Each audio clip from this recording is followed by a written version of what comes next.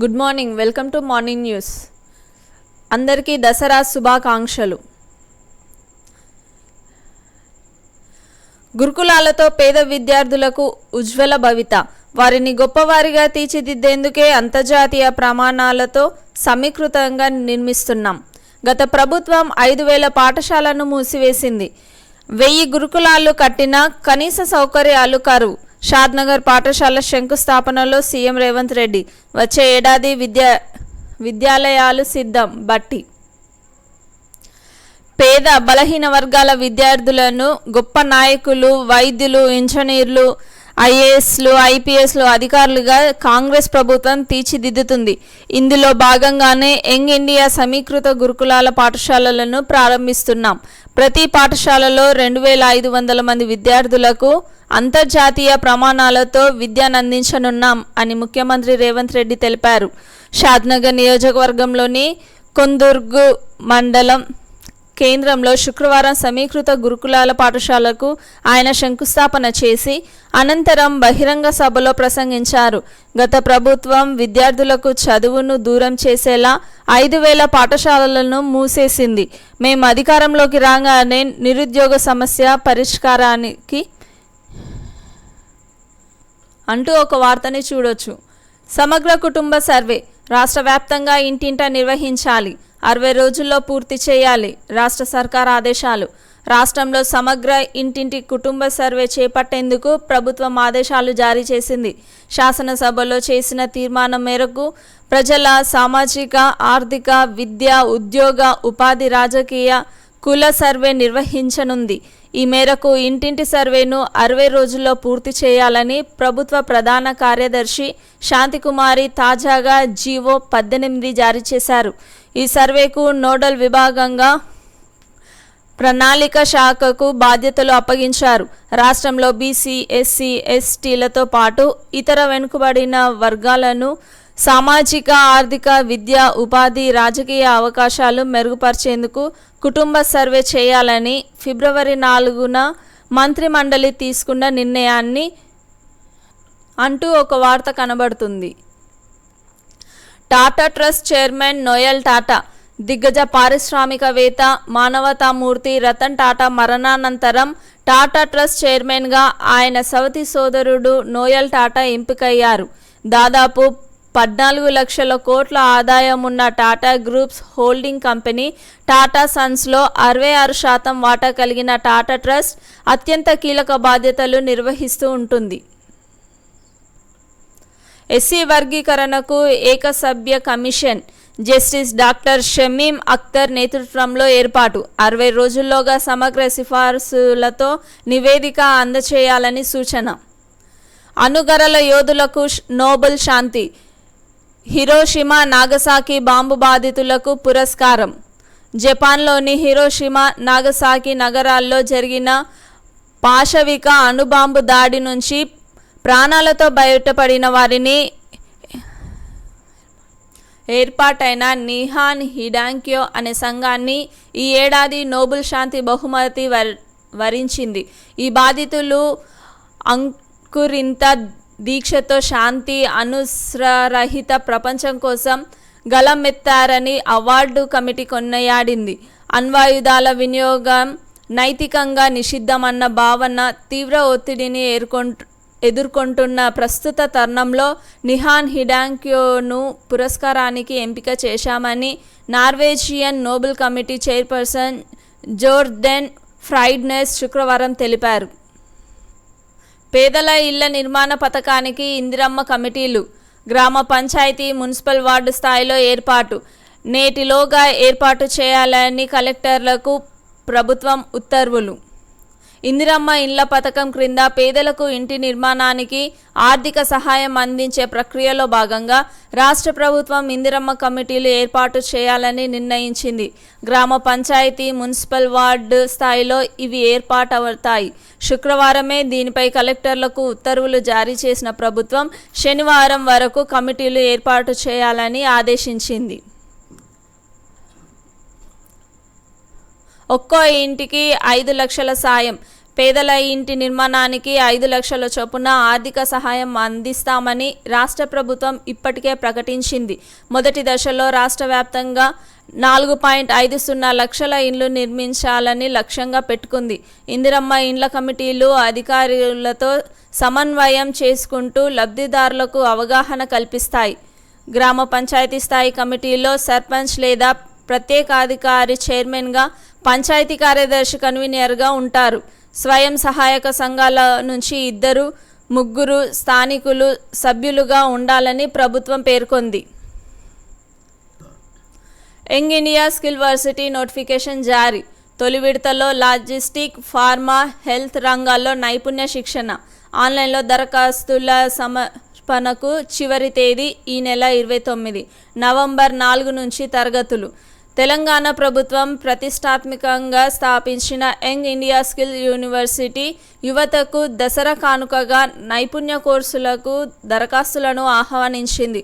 తెలంగాణ పరిశ్రమలు, వాణిజ్య శాఖ దీనికి సంబంధించిన తొలి నోటిఫికేషన్ను శుక్రవారం విడుదల చేసింది. ప్రధానంగా 4 కోర్సులను తొలి దశలో నిర్వహించనున్నట్లు ప్రకటించింది. వీటి నిర్వహణలో భాగంగా school of logistic and e-commerce, school of health కేర్ను ప్రకటించింది.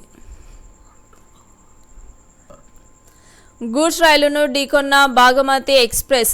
పట్టాలు తప్పిన 13 కోచ్లు, ఏసీ కోచ్లోని ప్రయాణికులకు గాయాలు. తమిళనాడులో శుక్రవారం రాత్రి భారీ రైలు ప్రమాదం చోటు చేసుకుంది. ఎంతోమంది ప్రయాణికులు గాయపడినట్లు తెలుస్తోంది. మైసూర్ నుంచి తమిళనాడు, ఆంధ్రప్రదేశ్, తెలంగాణ మీదుగా దర్భంగా వెళ్లాల్సిన భాగమతి ఎక్స్ప్రెస్ రైలు వేగంగా వచ్చి తమిళనాడులోని తిరువల్లూరు జిల్లా కవరైపెట్టై రైల్వే స్టేషన్ సమీపంలో గూడ్స్ రైలును ఢీకొంది. 13 వరకు కోచ్లు పట్టాలు తప్పాయి. కొన్ని చెల్లాచెదురుగా పడిపోగా మరికొన్ని ఒకదానిపైకి మరొకటి ఎక్కాయి. ప్రమాద తీవ్రత భయానకంగా ఉండటంతో సమీప గ్రామాల్లోని ప్రజలు, వివిధ శాఖల సహాయక సిబ్బంది పరుగున వచ్చి సహాయక చర్యలు చేపట్టారు. ప్రయాణికులెవరూ మరణించలేదని దక్షిణ రైల్వే ప్రకటించింది. గూడ్స్ రైలును ఢీకొన్నప్పుడు ముందు భాగంలో అన్ని ఏసీ కోచ్లే ఉండటంతో వాటిలో ఉండే ప్రయాణికులు గాయపడ్డారని తెలుస్తోంది. వారందరినీ సమీపంలోని ఆసుపత్రులకు తరలించారు. వైద్య ఆరోగ్య శాఖలో మరో 371 పోస్టులు. 272 నర్సింగ్ ఆఫీసర్, 99 ఫార్మసిస్ట్ పోస్టులు. MHSRB ప్రకటన. రాష్ట్ర వైద్య ఆరోగ్య శాఖలో మరో 371 పోస్టులను భర్తీ చేయనున్నారు. ఈ మేరకు శుక్రవారం వైద్య ఆరోగ్య సేవల రిక్రూట్మెంట్ బోర్డు ప్రకటన విడుదల చేసింది. ఇప్పటికే నర్సింగ్ ఆఫీసర్లు, ఫార్మసిస్ట్ పోస్టుల భర్తీకి ప్రకటన ఇవ్వగా తాజాగా 371 పోస్టులను చేర్చారు. గత నెల 18వ తేదీ విడుదల చేసిన ఉద్యోగ ప్రకటనలో 2050 నర్సింగ్ ఆఫీసర్ పోస్టులను భర్తీ చేయనున్నట్లు పేర్కొనగా తాజాగా అదనంగా మరో 272 పోస్టులు భర్తీ చేయనున్నట్లు ప్రకటించారు. తాజా నిర్ణయంతో భర్తీ చేయనున్న నర్సింగ్ ఆఫీసర్లు మొత్తం పోస్టుల సంఖ్య 2322కు పెరిగింది అంటూ ఒక వార్తనైతే మనం ఇక్కడ చూడొచ్చు. తిరువీధుల్లో వైభవంగా రథోత్సవం. కల్కి అవతారంలో శ్రీ మలయప్ప స్వామి కటాక్షం. నేడు శ్రీవారి చక్రస్నానం, ధ్వజావరోహణం. తిరుమల శ్రీవారి సాలకట్ల బ్రహ్మోత్సవాల్లో 8వ రోజు శుక్రవారం రాత్రి శ్రీ మలయప్ప స్వామి కల్కి అవతారంలో భక్తులను కటాక్షించారు. బంగారు, వజ్ర, వైడూర్యాభరణాలు, విశేష పుష్పాలంకరణ అనంతరం బ్రహ్మరథం, గజ, అశ్వ, చతురంగ బలాల ముందుకు సాగగా స్వామివారు కల్కి అవతారంలో ఆలయ మాడవీధుల్లో ఊరేగారు. కళాకారులు, భజన బృందాలు, సంకీర్తనల మధ్య వాహన సేవ వైభవంగా సాగింది అంటూ ఒక వార్తని చూడొచ్చు. ఎస్సీ వర్గీకరణకు ఏకసభ్య కమిషన్. రాష్ట్రంలో ఎస్సీ వర్గీకరణపై సమగ్ర అధ్యయనం చేసేందుకు హైకోర్టు విశ్రాంత న్యాయమూర్తి జస్టిస్ డాక్టర్ షమీం అఖ్తర్ నేతృత్వంలో ప్రభుత్వం ఏకసభ్య కమిషన్ను నియమించింది. వర్గీకరణపై సమగ్ర అధ్యయనం చేసి 60 రోజుల్లోగా నివేదిక సమర్పించాలని కమిషన్ను కోరింది. ఈ మేరకు ఎస్సీ సంక్షేమ శాఖ ముఖ్య కార్యదర్శి ఎన్ శ్రీధర్ ఉత్తర్వులు జారీ చేశారు అంటూ ఒక వార్తని చూడొచ్చు. ప్రైవేట్ డిగ్రీ సీట్ల భర్తీ 38%. ప్రభుత్వ కళాశాలలోనే మెరుగు. బీటెక్, ప్రొఫెషనల్ కోర్సులపైనే విద్యార్థుల ఆసక్తి. ముగిసిన దోస్ ప్రవేశాలు. ప్రజలకు గవర్నర్ సీఎం విజయదశమి శుభాకాంక్షలు. రాష్ట్ర ప్రజలకు ముఖ్యమంత్రి రేవంత్ రెడ్డి దసరా పండుగ సందర్భంగా శుక్రవారం శుభాకాంక్షలు తెలిపారు. తెలంగాణకు నిత్య విజయాలు కలగాలని, ప్రజలకు సుఖ సంతోషాలు ప్రసాదించాలని దుర్గామాతను ప్రార్థిస్తున్నా అని పేర్కొన్నారు. విజయదశమి పురస్కరించుకొని గవర్నర్ జిష్ణుదేవ్ వర్మ రాష్ట్ర ప్రజలకు శుభాకాంక్షలు తెలిపారు అంటూ ఒక వార్తని చూడొచ్చు. సంప్రదాయ కళలను పరిరక్షించుకుందామంటున్న గవర్నర్. ఏపీకి భారీ నుంచి అతి భారీ వర్ష సూచన. బంగాళాఖాతంలో ఆదివారం నాటికి అల్పపీడనం ఏర్పడనుంది. ఇది 14వ తేదీ వరకు నేరుగా వాయుగుండంగా 15వ నాటికి తీవ్ర తుఫానుగా మారనుందని భారత వాతావరణ శాఖ అంచనా వేస్తోంది. 15వ తేదీన తమిళనాడులో తీరం దాటే అవకాశం ఉందని వెల్లడించింది. ఏపీలో 14, 15, 16 తేదీల్లో విస్తారంగా వర్షాలు కురిసే అవకాశం ఉందని అమరావతి వాతావరణ కేంద్రం పేర్కొంది. నెలాఖరులోగా గ్రాడ్యుయేట్ ఎమ్మెల్సీ అభ్యర్థి ఎంపిక. ఇందుకు అనుగుణంగా అభిప్రాయాలు సేకరించాలి. జూమ్ సమావేశంలో సీఎం రేవంత్ రెడ్డి. నిజామాబాద్, మెదక్, ఆదిలాబాద్, కరీంనగర్ జిల్లాల గ్రాడ్యుయేట్ ఎమ్మెల్సీ ఎన్నికల్లో విజయమే లక్ష్యంగా పనిచేయాలని పార్టీ శ్రేణులకు ముఖ్యమంత్రి రేవంత్ రెడ్డి ఉద్బోధించారు. వెలుగు దినపత్రికలోని వార్తలు చూద్దాం.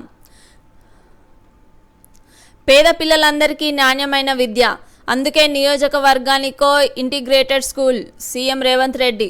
గత బీఆర్ఎస్ ప్రభుత్వం రెసిడెన్షియల్ స్కూళ్లను పట్టించుకోలే. నిరుద్యోగులు ఉద్యోగాలు అడిగితే బర్రెలు గొర్రెలు కాసుకోవాలన్నారు. జిల్లాకో పార్టీ ఆఫీస్ కట్టుకొని గురుకులాలకు మాత్రం బిల్డింగ్స్ కట్టలేదని ఫైర్. షాద్నగర్ నియోజకవర్గంలోని కొందుర్గులో ఇంటిగ్రేటెడ్ స్కూల్స్ నిర్మాణానికి శంకుస్థాపన. రాష్ట్రంలోని పేద పిల్లలందరికీ నాణ్యమైన విద్యను అందించడమే తమ లక్ష్యమని, అందుకే ప్రతి నియోజకవర్గానికి ఇంటిగ్రేటెడ్ స్కూల్ ఏర్పాటు చేస్తున్నామని సీఎం రేవంత్ రెడ్డి తెలిపారు.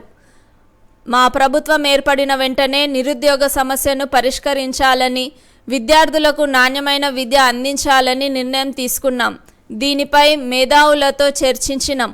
వారి సలహాలు సూచనలు తీసుకున్నాం. రాష్ట్రానికి విద్యా వైద్యంలో ముందుందేందుకు కృషి చేస్తున్నాం అని చెప్పారు. శుక్రవారం షాద్నగర్ నియోజకవర్గంలోని కొందుర్గులో young India integrated residential school నిర్మాణానికి సీఎం రేవంత్ రెడ్డి శంకుస్థాపన చేశారు అంటూ ఒక వార్త ఇక్కడ చూడొచ్చు. గురుకులాలన్నీ ఉంటాయి, ఇంటిగ్రేటెడ్ స్కూళ్లతో అవి మూతపడతాయనేది అబద్ధం. డిప్యూటీ సీఎం బట్టి విక్రమార్క.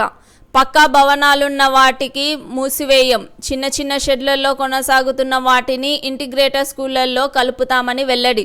మదిర నియోజకవర్గం లక్ష్మీపురంలో ఇంటిగ్రేటెడ్ స్కూళ్లకు శంకుస్థాపన. మూసి ప్రక్షాళనకు ఖర్చు చేసేది 1500 కోట్లే, 1,50,000 కోట్లంటూ ప్రతిపక్షాల తప్పుడు ప్రచారం. PCC chief Mahesh. మూసి నిర్వాసితులకు అన్యాయం చేయం. హైడ్రాతో హైదరాబాద్లో రియల్ ఎస్టేట్ పడిపోలే. ఇంకొంతమంది బీఆర్ఎస్ ఎమ్మెల్యేలు తమతో టచ్లో ఉన్నారని వ్యాఖ్య. మూసి ప్రజలను ఒప్పించేందుకు ప్రజా దర్బార్ పెట్టాలి, ఆ తర్వాతే ఇండ్లు కూల్చాలి. కేంద్ర మంత్రి కిషన్ రెడ్డి. సీఎం ప్రజల వద్దకు వస్తే నేను వచ్చి మాట్లాడుతా. అక్రమ నిర్మాణాలు కూల్చే హక్కు ప్రభుత్వానికి ఉన్నది. హైడ్రా పేరు కొత్తది, చేసే పని మాత్రం పాతదేనని వెల్లడి. మూసి ప్రక్షాళన కోసం ప్రజా దర్బార్ పెట్టి జనాలను ఒప్పించాలని, ఆ తర్వాత ఇండ్లు కూల్చాలని సీఎం రేవంత్ రెడ్డిని కేంద్ర మంత్రి కిషన్ రెడ్డి కోరారు. సీఎం ప్రజల వద్దకు వస్తానంటే నేను వచ్చి ప్రజల తరపున మాట్లాడుతా. హైడ్రా అంటే భూతం కాదు, రేవంత్ పెట్టిన పేరు మాత్రమే. హైడ్రా కొత్తదేం కాదు. అక్రమ నిర్మాణాలను కూల్చే హక్కు ప్రభుత్వానికి, జీహెచ్ఎంసీకి ఉన్నది. కాకపోతే కాంగ్రెస్ దానికి హైడ్రా అని పేరు పెట్టింది అని ఆయన అన్నారు. మేడిగడ్డలో నీళ్ల స్టోరేజీ సేఫ్ కాదు, నిల్వ చేయకూడని తేల్చి చెప్పిన ఎన్డీఎస్ఏ నిపుణులతో మంత్రి ఉత్తమ్ భేటీ. మేడిగడ్డ సహా అన్నారం, సుందిళ్ల బ్యారేజీల్లో ఎట్టి పరిస్థితుల్లోనూ నీరు నిల్వ చేయకూడదని, అది ఏమాత్రం సేఫ్ కాదని నేషనల్ డ్యామ్ సేఫ్టీ అథారిటీ తేల్చి చెప్పింది. ఇప్పుడున్న పరిస్థితుల్లో నీటిని నిల్వ చేసే మరింత ప్రమాదం జరుగుతోందని స్పష్టం చేసింది. ప్రస్తుతం ఆయా బ్యారేజీలకు చేసింది తాత్కాలిక రిపేర్లేనని, అలాంటప్పుడు నీటిని ఎలా నిల్వ చేస్తారని ప్రశ్నించినట్లు తెలిసింది అంటూ ఒక వార్తని ఇక్కడ చూడొచ్చు. కాశ్మీర్లో ఎన్సీకి ఆప్ మద్దతు. జమ్మూ కాశ్మీర్లో నేషనల్ కాన్ఫరెన్స్ పార్టీకి ఆప్ మద్దతు ప్రకటించింది. ఈ మేరకు ఆ పార్టీ ఏకైక MLA Mehraj Malik lieutenant governor Manoj సిన్హాకు శుక్రవారం లెటర్ అందజేశారు. కాశ్మీర్ అసెంబ్లీ ఎన్నికల్లో ఎన్సీ కాంగ్రెస్ కూటమి విజయం సాధించింది. మొత్తం 90 సీట్లకు గాను ఎన్సీ 42, కాంగ్రెస్ 6 స్థానాలు దక్కించుకున్నాయి. అయితే ఇప్పటికే 4 ఇండిపెండెంట్లు ఎన్సీకి మద్దతు ప్రకటించారు. ఇప్పుడు ఆప్ కూడా మద్దతు ఇచ్చింది. దీంతో ఎన్సీ 47 సీట్లతో మెజార్టీ మార్కును దాటింది. సింగరేణిని కాపాడుకునే బాధ్యత అందరిది. లక్ష్యాలను సాధించినప్పుడే సంస్థకు మనుగడ. వివేక్ వెంకటస్వామి. సంస్థ బాగుపడితేనే ఇక్కడి ప్రజలు అభివృద్ధి చెందుతారని వెల్లడి. ఉజ్వల సింగరేణి ఉద్యోగుల పాత్ర కార్యక్రమాలకు హాజరైన ఎమ్మెల్యే వివేక్, పెద్దపల్లి ఎంపీ వంశీకృష్ణ. డిఎస్సిలో ఎస్సీ ఎస్టీలకు న్యాయం చేయాలి. ఎస్సీ ఎస్టీ ఉపాధ్యాయ సంఘం డిమాండ్. డిఎస్సి 2024 టీచర్ రిక్రూట్మెంట్లో ఎస్సీ ఎస్టీ అభ్యర్థులకు అన్యాయం జరిగిందని, వారికి న్యాయం చేయాలని ఎస్సీ ఎస్టీ ఉపాధ్యాయ సంఘం రాష్ట్ర అధ్యక్ష ప్రధాన కార్యదర్శులు కొంగల వెంకట్, సుభాష్ సింగ్ ప్రభుత్వాన్ని కోరారు. ఈ మేరకు శుక్రవారం బాధిత అభ్యర్థులతో కలిసి వచ్చి స్కూల్ ఎడ్యుకేషన్ డైరెక్టరేట్ అధికారులతో మాట్లాడారు. పలు జిల్లాల్లో ఓపెన్ మెరిట్ కోటాలో సెలెక్ట్ అయిన ఎస్సీ ఎస్టీ అభ్యర్థులను ఎస్సీ ఎస్టీ రిజర్వేషన్ కేటగిరీలో సెలెక్ట్ చేశారని తెలిపారు. దీంతో అర్హత కలిగిన అభ్యర్థులు నష్టపోతున్నారని చెప్పారు. సెలక్షన్కు ముందే లోకల్ బాడీ గవర్నమెంట్ ఆప్షన్ అడగడంతోనూ ఎస్సీ ఎస్టీ అభ్యర్థులకు నష్టం జరిగిందన్నారు. హర్యానా సీఎంగా మళ్లీ నవాబ్ సింగ్ సైని. ఈ నెల 15న పంచకులతో ప్రమాణ స్వీకారం. హర్యానాలో హ్యాట్రిక్ విజయాన్ని సాధించిన బీజేపీ ఈ నెల 15న ప్రభుత్వాన్ని ఏర్పాటు చేసేందుకు సన్నాహాలు చేస్తోంది. అయితే సీఎంగా మరోసారి నవాబ్ సింగ్ సైని ఎన్నికయ్యే అవకాశం ఉంది. పంచకులలో ప్రమాణ స్వీకార కార్యక్రమం జరగనుందని సీనియర్ అధికారి ఒకరు శుక్రవారం మీడియాకు తెలిపారు అంటూ ఒక వార్తని చూడొచ్చు. 8 మంది బీజేపీ ఎంపీలను గెలిపిస్తే ₹1 తేలే. నిధుల కేటాయింపులో తెలంగాణకు కేంద్రం అన్యాయం అంటున్న హరీష్ రావు. రాష్ట్ర ప్రజలు బీజేపీ నుంచి 8 మంది ఎంపీలుగా గెలిపిస్తే అందరూ కలిసి రాష్ట్రానికి ₹1 నిధులు కూడా తీసుకురాలేకపోతున్నారని బీఆర్ఎస్ ఎమ్మెల్యే హరీష్ రావు విమర్శించారు. రాష్ట్ర హక్కుల సాధనలో బీజేపీ నేతలు, కాంగ్రెస్ సర్కార్ విఫలమైందన్నారు. ఈ మేరకు శుక్రవారం ఆయన ఓ ప్రకటన విడుదల చేశారు అంటూ ఒక వార్తని చూడొచ్చు.